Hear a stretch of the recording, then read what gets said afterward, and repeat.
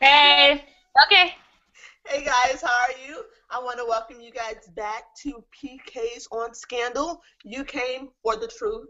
What else we're gonna do? All right, well, we're gonna jump right into it. So let me tell you guys really quick what we're doing because I'm sure it might be a little bit of confusion. We're starting a new segment called Scandal Pays. Woo! And Scandal base. basically, each of us, when we talk about a topic, we get 2 minutes to talk about it. And our lovely timer mistress of the show is Marshé. Vanna Black. And so when the timer goes off, that's when we have to shut it down. And if any of us has something else to add to it, we will interject by saying stolen moments because the moment has been stolen and we got something to say. Great. So first off is the kidnapping. So they begin with flashbacks of Olivia and Jake dancing and Olivia being free. And I thought it was interesting. I liked how they did it from different angles. Well, this time obviously from Olivia's point of view. And that really, I think, kind of excited me because, like, when the original scene from the last episode, when she went into the kitchen, I was like, where's she going? But this time they showed her open the fridge. I don't know why that excited me, but it did. And so that was interesting how they showed it from her point of view. I know a lot of people were saying, because I watched it with a friend of mine and my cousin, when when she was grabbed, they were saying, oh, why didn't she bang on the wall? And I was like, well, she was holding on for a minute. Like, she was trying to grip the wall. I think her first instinct was to stay in the room so that Jake could come out and see her being taken. But then once she realized she was losing her grip, she did try to pat on the wall, but he had her, so her pats were like weak.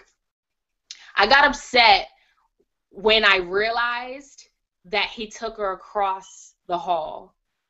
Let me tell you, when he first went out and he was running towards the car, I was like, oh crap, like he's so close to the car. Get to the car, Jake. But then when they did it again and they showed them pulling her across the hall, I was like, no! I was like, the car was a diversion. No, Jake, she's across the hall. And I was freaking out.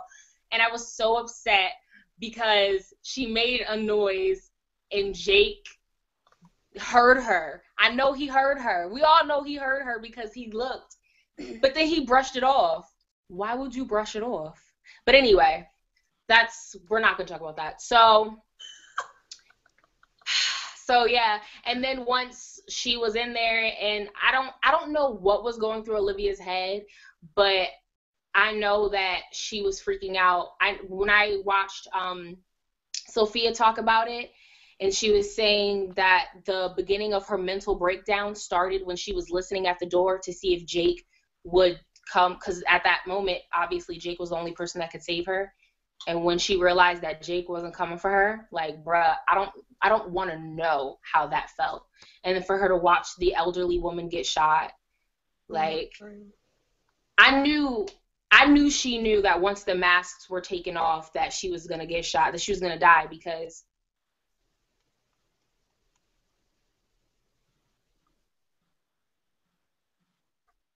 and then you're going to go to jail. So, and then when they put her in the body bag, I was like, no, I would have died on impact. I would have died right there. Yeah. Her not wanting to negotiate when they were like, oh, it's time for you to bargain for your life. And she was like, boo, you ain't got no power. But I love how Carrie did it in a way that she was still afraid because she didn't know what was going on. But she still had her Olivia Pope demeanor, because it was like, you're nobody. So I'm not bargaining with you. So yeah.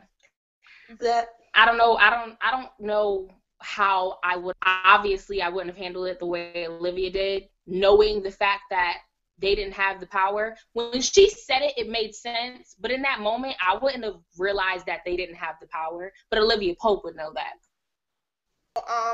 I'll start, of course. With that whole thing, like, wait, let me go ahead. With that whole thing of Carrie and Jake, not Carrie and Jake, I apologize. With Olivia and Jake, I felt like Jake should have known, being a B613, that there is no way possible for someone to even take Olivia Pope and then be all the way downstairs with her. But see, that's my thinking.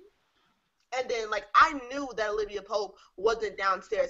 I didn't know she was across the street. I mean, next door. But I knew that she wasn't downstairs because even the elevator wouldn't even get down there that fast.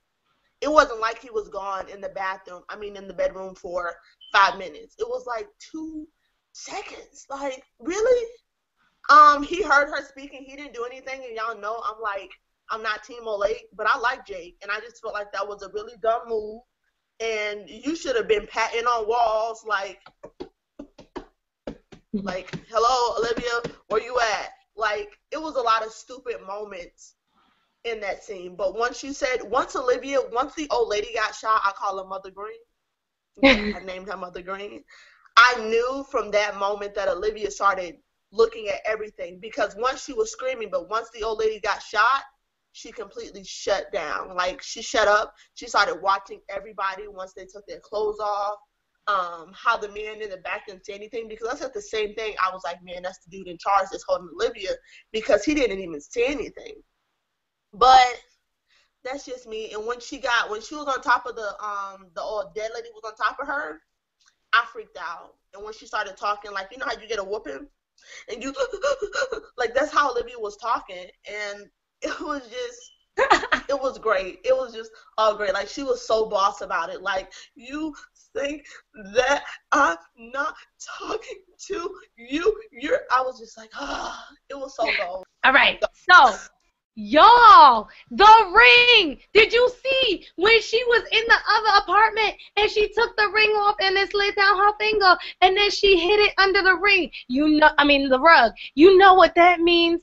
Whoever gave it to her, Fitz, when he looks for her, he's going to find the ring under the rug and know that she's in danger. Well, he already knows he's in danger. But I thought see, we've been asking Lynn Patlow and Carrie about backstory for the ring. I feel like it's finally coming. It's handled. It's handled. Okay. Right. So, Jake the Airhead, right quick. 2 minutes, Shay. I got you. Let's go. My first issue was when he came out the room and he stood there, looked to his left, looked to his right, looked at the wine spill on the couch, and it literally took him like 5 minutes to realize that Olivia Pope is gone. Sir, we don't have that kind of time. You should have known when there was nothing, no kind of activity in the room to run out the door. It took you a little bit too long. And just like Marshé said, he should have figured out that ain't no way two people can get downstairs. Let's say, for argument's sake, Olivia lives on the 3rd floor. No possible way one guy carrying a a grown woman can make it downstairs in the amount of time it took you to run and get to the car. No way. So, for a B613 agent, Jake, that wasn't really smart. It's handled. Stolen moment. What you just said about the ring, I didn't forget about that, because that was But I'm not really one of those people that are big on the ring. Like, I know some people that are like, what's the story behind the ring? And I'm just here like, well, maybe it's just like a promise ring and it's not on, you know, like I told you, I could definitely be a purity ring. But, you know, who am I to say? But I think that it was so crazy how when she took it off, they didn't even notice it. Like, you know what I mean? It was so much going on. How can some people that are kidnapping her be so in detail with everything and not see that she took off her ring and put it under the rug? But that's all I'm going to say. That's it. It's handled. I handled it. All right. So Olivia Pope in fixer mode. We're all going to have a minute to talk about it. Who wants to go first? Lauryn, you can have it. Candyce. All right. So Lauryn, okay. 1 minute. So when Olivia, when she meets, well, when she's brought into the cell and she meets Ian, right away she starts to like, she's frantic. She's looking around. She's looking for clues. She's trying to figure out where she is, why she's there, who she's with, and obviously right away how she can escape. When she's, honestly, I have to be completely honest, because it was going, that particular part was going pretty quickly, and I know in her mind it was racing for Olivia, and I personally wouldn't know what the heck to do in that situation. I wasn't really thinking about the fact that she shouldn't have been so chummy with him, because when you're in a cell with somebody and you're both seemingly in the same situation, your first instinct is to team up with them so that y'all can get out. So I think that's why my original reaction was, okay. I wasn't like, yes, Olivia, save him. I wasn't really like necessarily excited, but I wasn't distrusting at that moment either, because I think we all were fooled at first and really thought that Ian was, in fact, a victim. So yeah, it's handled. It's not a stolen moment. Like, okay, when Olivia first got into the cell, right from the back, I think they said it on AfterBuzz, but right from the back, because this time I had to watch Scandal with my family because they said that I couldn't do it because I normally watch Scandal by myself. But so I really couldn't react like I wanted to react. But as soon as I saw a male and a female in the same cell, I told my dad, I was like, Dad, like, he a bug. Like, he a trap. Like, don't nobody put a male and a female in the same cell together. Like, that's just crazy. Then she started looking everywhere and asking him questions, and I'm looking at her like, sis, worry about yourself. Like, at this time, you got to let go and let God. You can't be trying to save everybody else's life. Because everybody can't go in this door that you're trying to go into. You know what I mean? And it was crazy for me. And I really, really knew that he was something when he was searching for a chip in her back. Like, if I'm in a cell with somebody, why are you searching for a chip in my back? What's the purpose? What's the purpose? If you already said that you've been here for this long, ain't nobody gonna find you, even if there is a chip in my bag, what is it gonna do for us? And then, I mean, you know how to search for the chip too? Like, you got your own little technique? Like, you all on my back? Looking for a chip because you want to know that, because Olivia could be across the street. Like, you know what I mean? And you searching for a chip, like, all that was just like, nah, bro. I knew he was a bug. Like, I just wanted to fight him once they opened up the door and I saw him in the cell. Like, he a bug. Like, I don't even like him anymore. Like, I just don't. But that's just me. Like, Lauryn said she didn't realize it, but I did. I was just like, nah, this is a trap. Stolen moments. Okay, really quick. 3 things. She asked him to check for the chip. He didn't just do that on his own. Second, I think she probably didn't think anything weird of her being in the cell with this guy, because she probably thought she was in another country. So you don't know how they operate in, East Sudan or whatever. And last thing, if you notice, when she first came into the cell, she was like, "This doesn't make sense. Like, who got me?" If I'm in danger, that means, and she wanted to go on to say the president is in danger, but she didn't.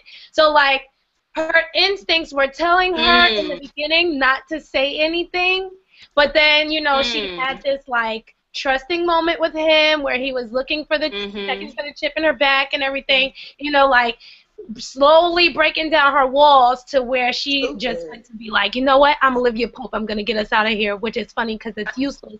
But if I'm in here, the president is looking for me, and that was all he needed to know. And right. It was dumb, but go ahead. It's handled. I'm done. Drop the mic. Next. Vermont. Woo. All right, give me 2 minutes, Shay. Go ahead. Okay. Go in. It started off, right, with Jake coming in the room, saving her, yada, yada, yada. But poor old Jake, once again, you get the short end of the stick. And you just take and live from the prison cell to Vermont. Like, okay. So she in the shower, and they playing the music from Zanzibar when they were in Zanzibar, and I'm like, yo, this better not be Jake coming in the shower with her. And then it was Fitz. And I said, thank you, Jesus. Look at Shonda. She be giving us gifts. She be gifting us. Listen, so when she came into the shower, and then they had the high moment, and then she came with her wife hair. Wait, I had another comment. Listen, Shonda and them, y'all need to put a shower cap on Olivia Pope's head. She is a black woman. How many times I gotta tell you this? Put a shower cap. Don't none of us be going in a shower unless we natural. We all be going on a shower without a shower cap. She be having her hair blown out. That means she got a wrap. That means she got a shower cap. So anyway, so she coming out with her hair laid and everything, and she got the Vermont jam and stuff. And I was just like so grateful. This is my conclusion. I was so grateful.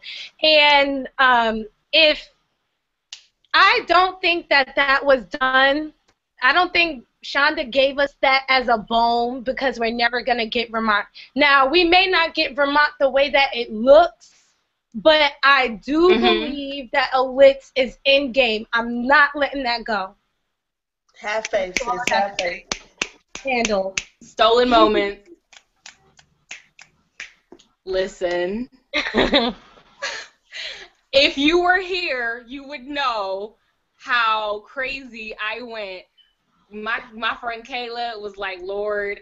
My cousin Yanni was like, oh, God. I went buck wild. I believe when I saw, because I have to admit, at first, not just because when I heard Sunny, not just because of that, but also it looked like when she woke up, and because she had her hair natural, it looked like it might have been a flashback. So that's what I thought it was at first. But then when Fitz came in, I was like, yeah! I had a ratchet moment. I was so happy. And then when I saw the jam, I fell out. I was like, Jesus, take me now. But what I really loved about that Vermont fantasy, obviously Olitz, because yes, like Candyce said, it is endgame, and y'all can think what you want, but it's endgame. But what I really loved was Abby, because it's so true that Abby, out of all of her friends, is the voice of reason. She's always been that one to give it to Olivia straight. From first season, when Olivia was like, that's my name on the door. And then Abby threw the pictures. Nope.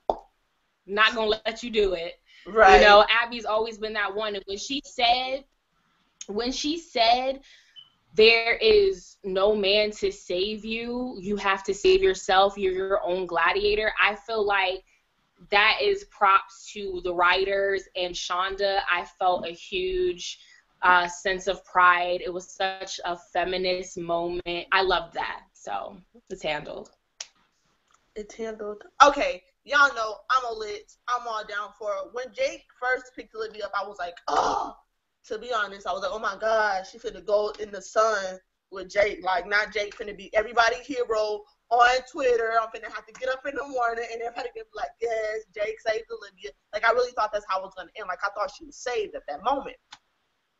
And then when she woke up, well, she didn't wake up, but when I saw the shower, when I saw her in the bed, I was like, she's not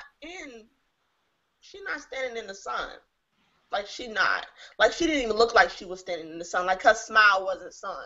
It was giving me Vermont. Like, I knew from the get-go. And then when I saw the shower, it wasn't, like, there was nobody in there. This is how I feel. If it was Jake would have already been in the shower with her when that scene came on because Jake was the one that saved her. So we would have known, like, okay, Jake saved her. I knew it was Fitz. Then when he came with that vein showing, I was like, oh, my God. Yes, get in the shower. Y'all have a good time. Do what y'all want to do.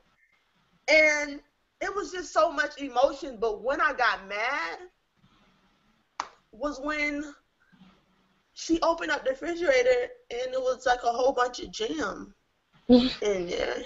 And, like, I'm all down for Vermont's and jam. But then when he asked her, what are you doing today? And she named, like, a jam flavor. I was like, wait a minute. You just make jam for a living, sis? Like, it was just like, I want Olitz to happen, but I don't want Olitz to happen and then Olivia is not fulfilling her purpose in life. Like, she downplayed herself for Fitz. Like, that's why they say it was a fantasy, because in reality, if we're going to get Vermont, I want Vermont. But the way Vermont was there, I don't want it like that. Like, I don't want the Olivia Pope, the formidable Olivia Pope, to be making jam and looking cute walking around her house. Like, that's not a life. Mm-hmm. Like, that's not cool on my term. Then when Abby came and, she gave a read of the season, mm-hmm. I just love Abby. Like, Abby is so mean. Like, sis, get it together. And there's not a man that's going to save your life. And quiet as it's kept the man that you're in the cell with, he trying to kill you, but that's God didn't tell me to release that to you yet, so I'm not. But other than that, here go the screw. You drop this, get that together. But I feel like Abby is the voice of reason. She speaks reality when Olivia is not living in it. So she like that girl, get it together type friend, and she has always been that friend from the beginning to the end. Like people say people change, but I honestly feel like Abby is one of those people that hasn't changed. Like Melly been evil from the beginning. She ain't got nice. She just been evil.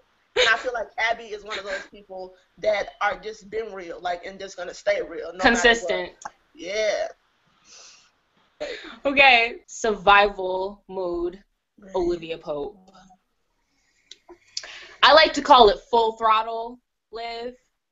Because she was trying to get her Charlie's Angels on. Oh, I'm sorry, Krista Love, because she black.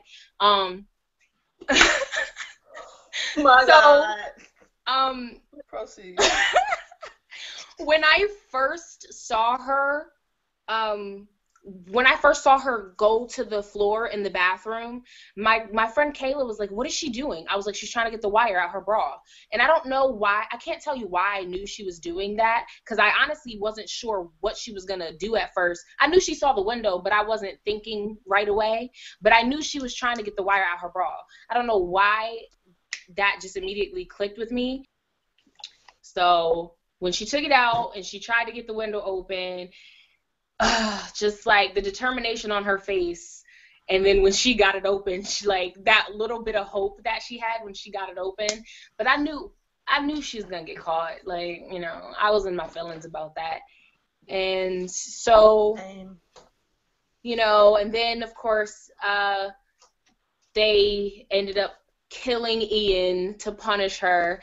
And I think for a second, she just was like, okay, I give up. Like, they killed him, like, first, because she was laying on the floor like she was defeated. And then she had that dream. She had that dream. I think that dream gave her hope quiet as it's kept.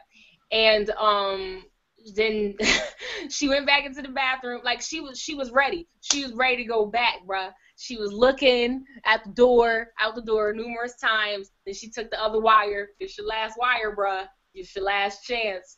Went into the bathroom, looked up, and it was bricked up.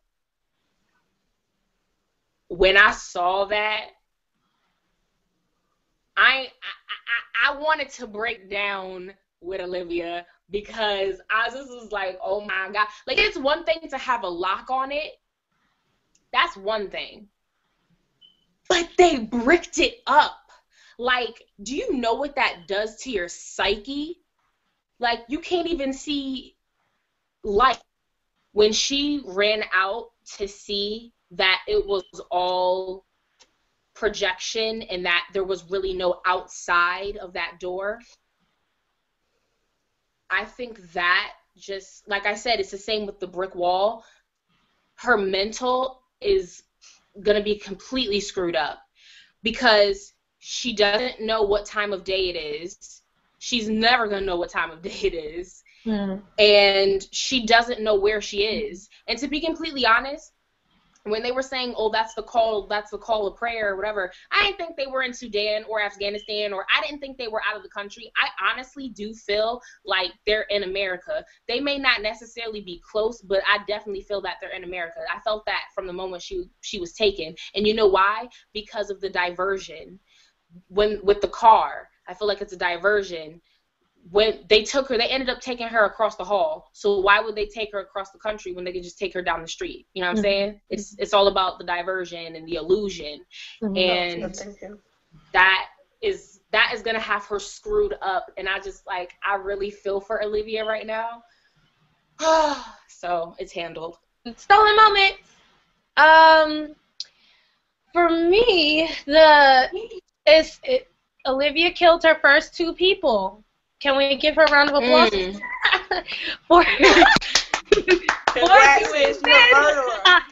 It took 4 seasons, but she finally killed her first two people.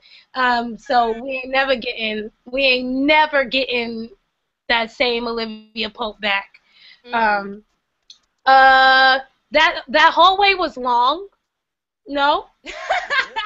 I don't think that it was that long. And lastly, I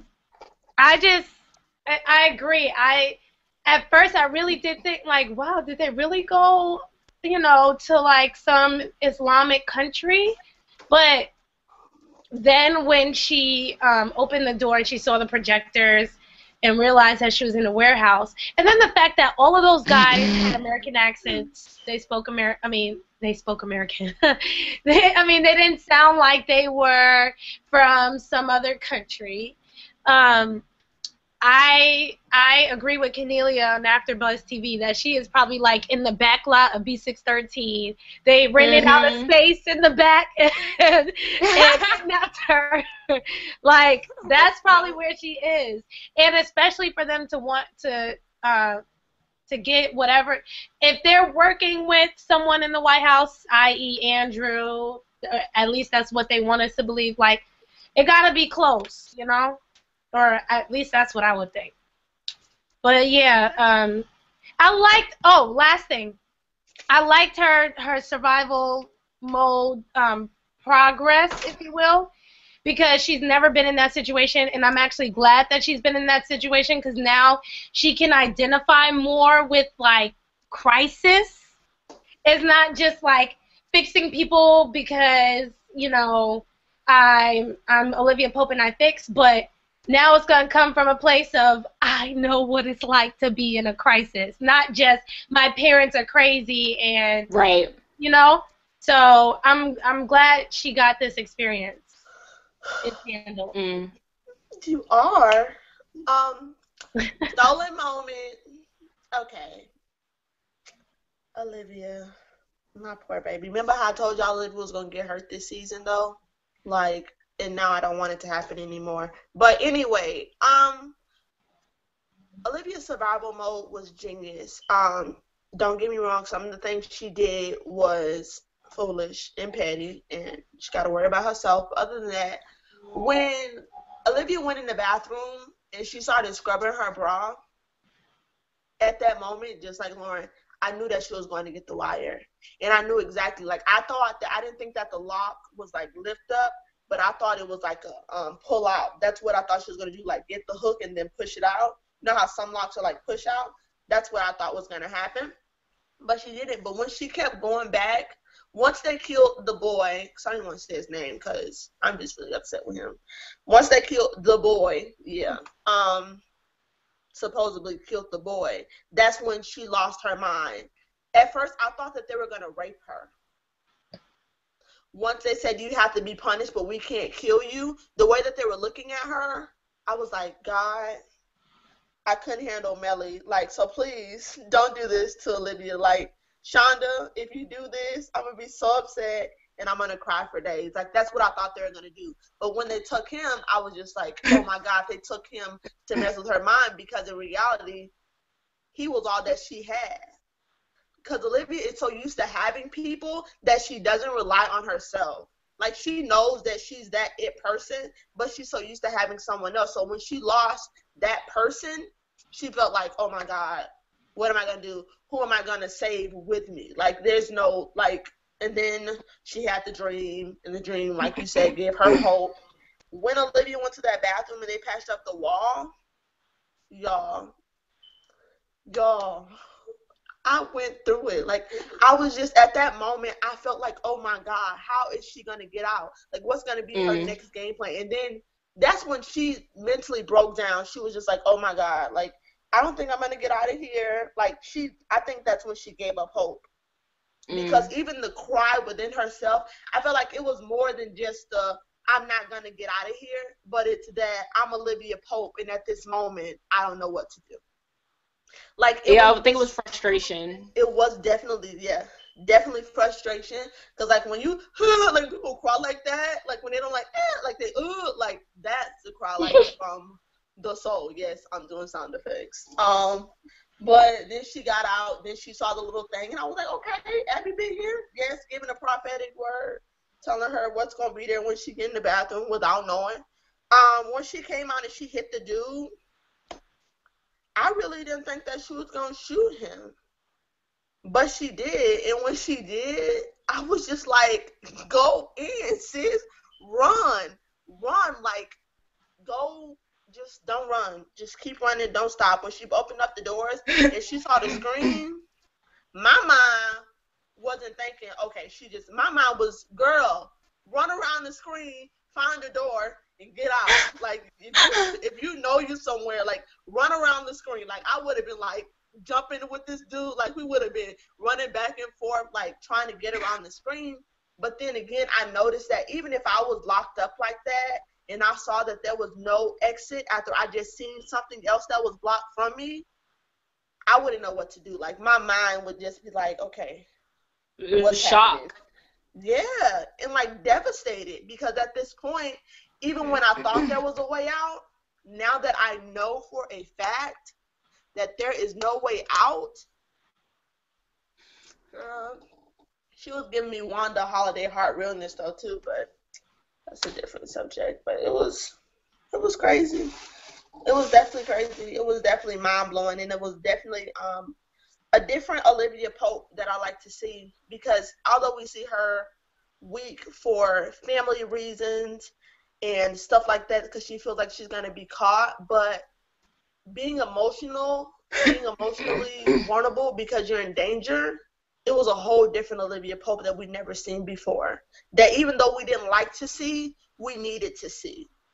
Because, like, I don't know if Candyce said, I'm not sure if you or Candyce said it, but I feel like at this moment, this is when Olivia Pope learns what it's like to be a client. Right, Candyce said that, yep. Yeah, Candyce. Because, like, you know, you can tell, it's kind of like, you can tell people how to get over something, but until you've been through something, you'll never know. But now that she's been through it, she can say, yeah, you know what I mean, I passed this test. But that's just me. That's it. I handled it. It's handled. Hallelujah moment. My hallelujah moment was definitely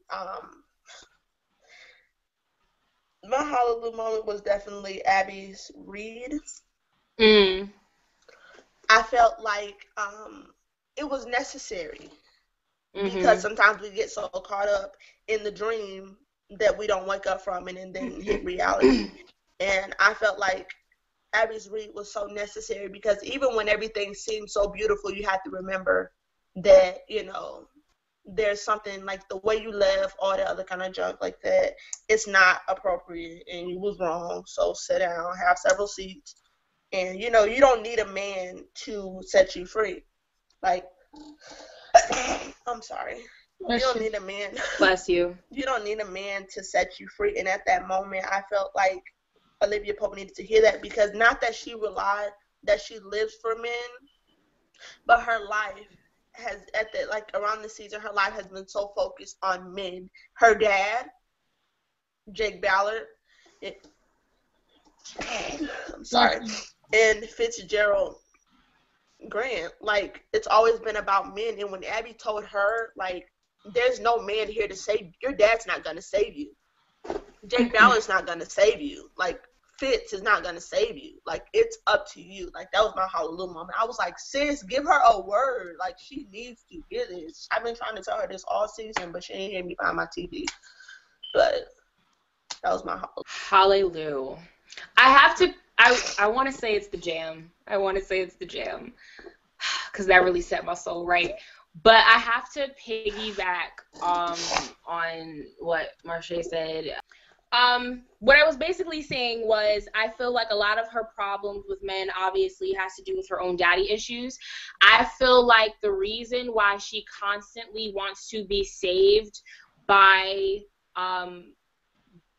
whomever, whether it's Jake, whether it's Fitz, is because I feel like she felt abandoned by her father. And I think at the end of the day, no matter what happens, no matter who she chooses, I think she will always be waiting for her father to save her. But not in the way that we necessarily think.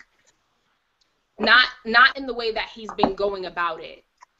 I think she's waiting for her father to come into her life as someone that's not trying to control her, but someone who truly accepts her as is and loves her unconditionally.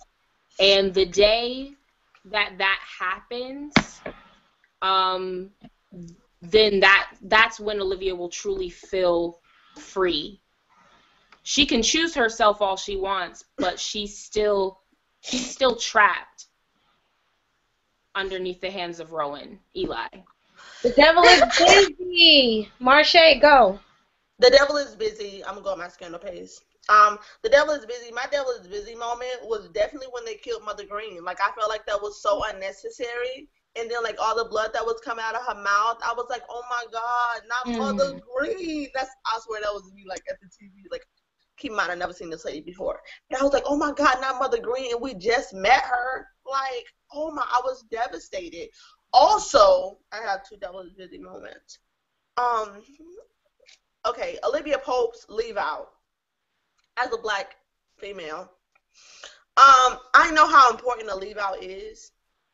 When she got in the shower, no, not when she got in the shower. When Olivia Pope, when she got in the shower, I was concerned for her leave out. Like, sis, don't let Bay see you like this. Like, is your leave out gonna be all right when you in this shower? Like, if you gonna get something wet, get the back of the hair wet. Like, but she was just going like full in. Like, okay, I'm just gonna sit here. And I was like, the devil is a lie. Please do not let her leave out start frizzing up, because I think Carrie's natural in real life. And I was just like, Lord, please. That was definitely my devil is busy moment, because I was so concerned for her leave out. I was like, the devil is so busy because he gonna come up and he gonna have my dog looking frizz. Like, that's gonna be awful. But it's handled. I handled that devil is busy. My devil is busy, I agree with Marshé, is when they shot Mother Green. it's handled. Mother Jean. I was like, I think my reaction to that, I was like, no, she already on her way. Like, why y'all had to y'all could have let her. Y'all could have let her. She was already elderly. I swear, you're so nasty. Lauryn. I'm just saying. You're so nasty for that. You're so nasty for that. But that wasn't right. They ain't had to rush her out the door. They ain't had to do that. They pushed her through the door. That was wrong. Like, that wasn't right. But I think my devil's busy moment is Ian, realizing that at the end he wasn't who, we thought he was and who Olivia thought he was. That's the devil at work right there. That's the devil at work. So, predictions. I feel like Ian go first. I feel like Ian worked for, what's that boy? Kobiak. Okay, look, I feel like Ian worked for Kobiak. I feel like Ian wasn't always the head boss, like the head boss in charge. I feel like once Kobiak got killed, that's when Ian became in charge. So now Ian's in charge, and I also feel like Sophia said that Hollis Doyle has something to do with it, because Hollis Doyle is known for getting the people that feel like they're weak at a point and try to make them feel higher than they are. I mean, he got the Olivia Pope to rig the election. So, of course, if Andrew feels like he can't get something, Hollis is always that person that'll make you feel like if you can't get it, I'll help you get it. And then, like, somebody was like, well, Hollis wouldn't be that extreme to kidnap Olivia Pope. But this is the same man that blew up a building just because one person found the, you know what I mean? Yeah, like, and he killed 6 people. Killed 7 people. 7, my bad, you're right. He killed 7 people. So this is really Hollis Doyle, because he's extreme. You know what I mean? I mean, his daughter cut off her ear for money.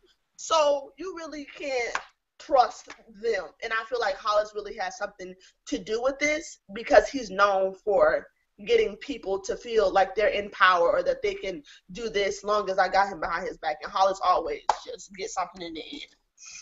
I'm not sure that it's Hollis, because I know he's interested in oil, but this is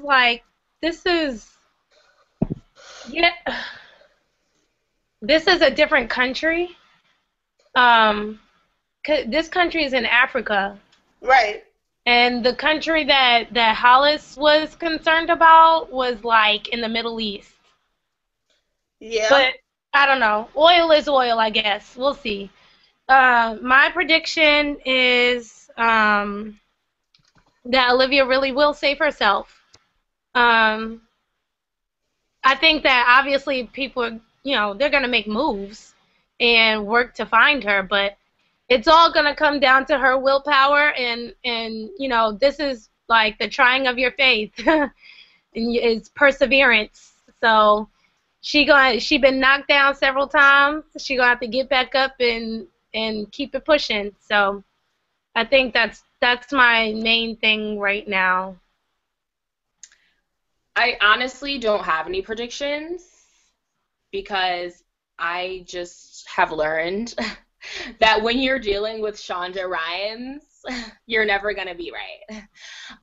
So even though some other people's predictions have come pretty close, Hollis, though of course I won't be surprised if he's a part of it, but I don't really think that it's him. I don't know, but of course,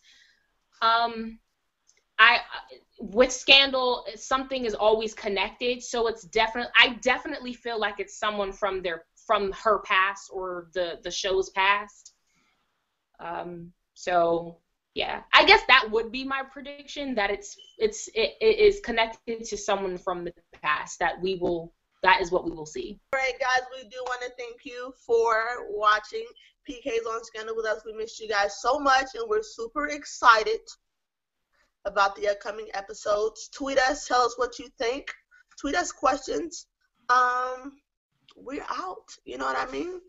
Keeping it real. Thank you so much for joining us, guys. Shout out to Armani for our shirt. It says PK's on Scandal. and it says our name on the back. I don't know if you guys can see that. But, yeah. So, shout out to you. Yes, Lauryn. Everybody should, like, turn around. All right. You see my name? It's Marshé. Yeah, it's awesome. Ah! But, all right, guys. We love you, and we'll see you next Thursday. Bye. Bye.